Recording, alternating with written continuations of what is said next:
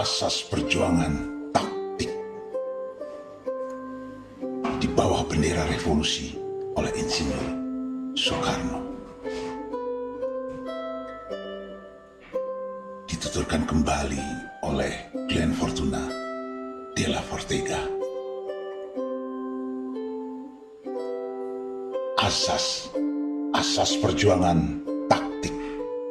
Banyak orang di dalam pergerakan Indonesia yang belum mengerti 3 perkataan yang tertulis di atas ini. Asas dicampurkan dengan asas perjuangan diselipkan kepada taktik, asas perjuangan dikiranya asas dikiranya asas perjuangan.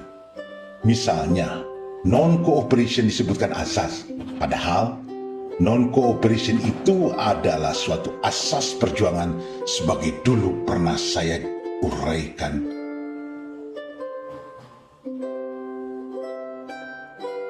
Apakah asas? Apakah asas perjuangan? Apakah taktik? Asas adalah dasar pegangan kita yang walaupun sampai lebur kiamat terus menentukan sikap kita, terus menentukan duduknya nyawa kita. Asas tidak boleh kita lepaskan, tidak boleh kita buang, walaupun kita sudah mencapai Indonesia merdeka. Bahkan malahan, sesudah tercapainya Indonesia merdeka itu harus menjadi dasar caranya kita menyusun, kita punya masyarakat. Sebab justru sesudah Indonesia merdeka itu timbullah pertanyaan, bagaimanakah kita menyusun kita punya pergaulan hidup? Dengan asas atau cara bagaimanakah kita punya pergaulan hidup? Cara monarki, cara republik, cara kapitalistis, cara sama rata, sama rasa? Semua pertanyaan-pertanyaan ini dari sekarang sudahlah harus terjawab oleh asas kita. Dari sekarang sudahlah harus terjawab di dalam asas kita. Sekarang sudahlah harus terjawab. Dan bagi kita, marhaen Indonesia, asas kita ialah kebangsaan dan kemarhainan, sosio-nasionalisme dan sosio-demokrasi.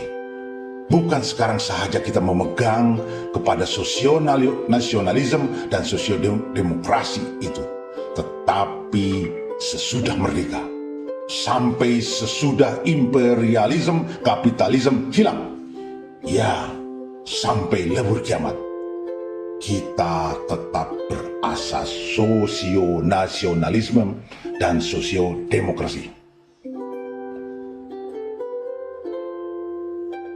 Cara pemerintahan yang nanti demokrasi, republik yang nanti kita dirikan adalah republik sosio-nasionalisme dan sosio-demokrasi. Suatu republik politik sosial yang tiada kapitalisme dan tiada imperialisme.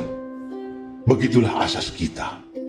Tetapi kini timbul pertanyaan, bagaimanakah kita mencapai Indonesia merdeka dan kemudian bisa melaksanakan asas kita itu?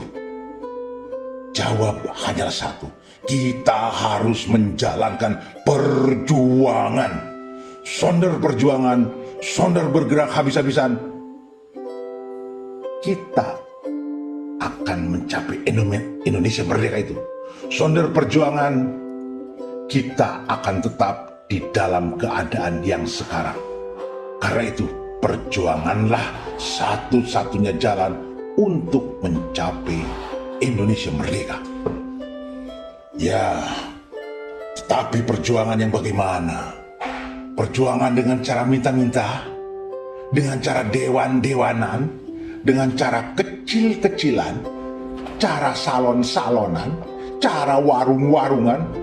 Pertanyaan ini adalah dijawab oleh asas perjuangan, atau dengan bahasa Belanda Strijdbeginsel, Asas perjuangan adalah menentukan hukum-hukum daripada perjuangan itu, menentukan strategi daripada perjuangan itu. Asas perjuangan menentukan karakternya perjanjian itu, sifat wataknya. Asas perjuangan menentukan karakter perjuangan itu. Perjuangan itu garis besar daripada perjuangan itu. Bagaimana perjuangan itu? Indonesia merdeka hanya tercapai dengan perjuangan, tetapi zonder asas perjuangan kita tak mengetahui bagaimananya harus perjuangan itu. Oleh karena itu, maka asas perjuangan adalah sama perlunya bagi marhain dengan asas. Zonder asas kita tak mengetahui betapa nanti kita harus menyusun masyarakat kita. Ya, kita tak mengetahui betapa sikapnya, nyawa kita baik sekarang maupun kelak. Zonder asas perjuangan kita tak mengetahui betapa rupanya yang perlu untuk melaksanakan asas itu. Kini, apakah asas perjuangan marhain?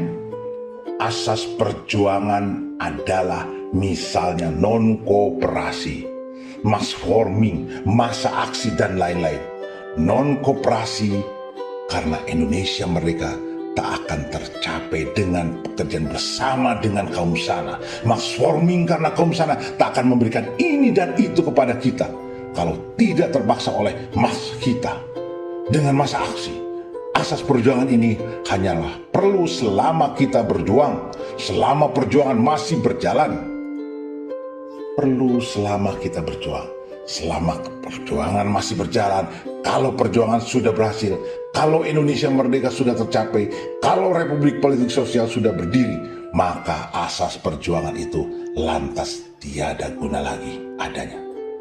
Kalau Indonesia merdeka dan lain sebagainya sudah tercapai, maka tiada musuh lagi yang harus kita non-i, tiada musuh lagi yang harus kita mass formingi, tiada musuh lagi yang harus kita masa aksi.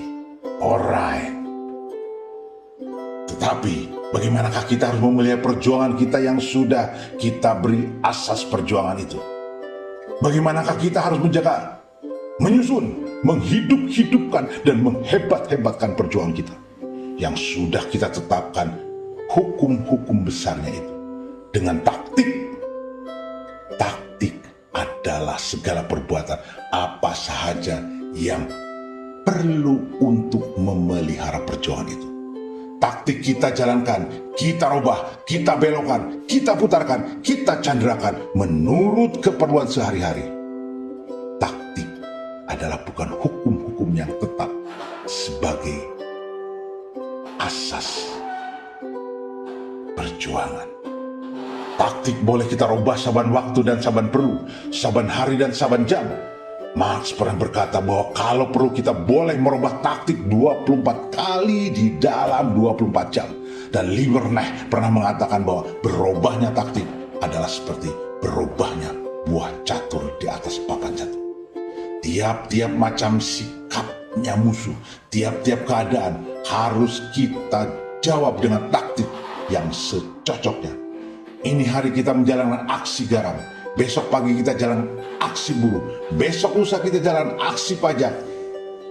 Ini hari kita mementingkan kursus, besok pagi kita mementingkan rapat umum, besok lusa kita bikin pers kampanye, besok lusa lagi kita diam di dalam 7 bahasa. Ini hari kita menyerang, besok pagi kita mengatur susunan, besok lusa kita berdemonstrasi, besok lusa lagi kita menggugah kaum perempuan. Begitulah ganti-gantinya taktik. Begitulah naik turunnya dan maju mundurnya ombak-ombak taktik di dalam lautan perjuangan. Asas tetap terus sampai lebur kiamat. Asas perjuangan tetap sampai Indonesia merdeka. Taktik berubah tiap waktu. Asas seakan-akan abadi, tetapi taktik tak tentu umur.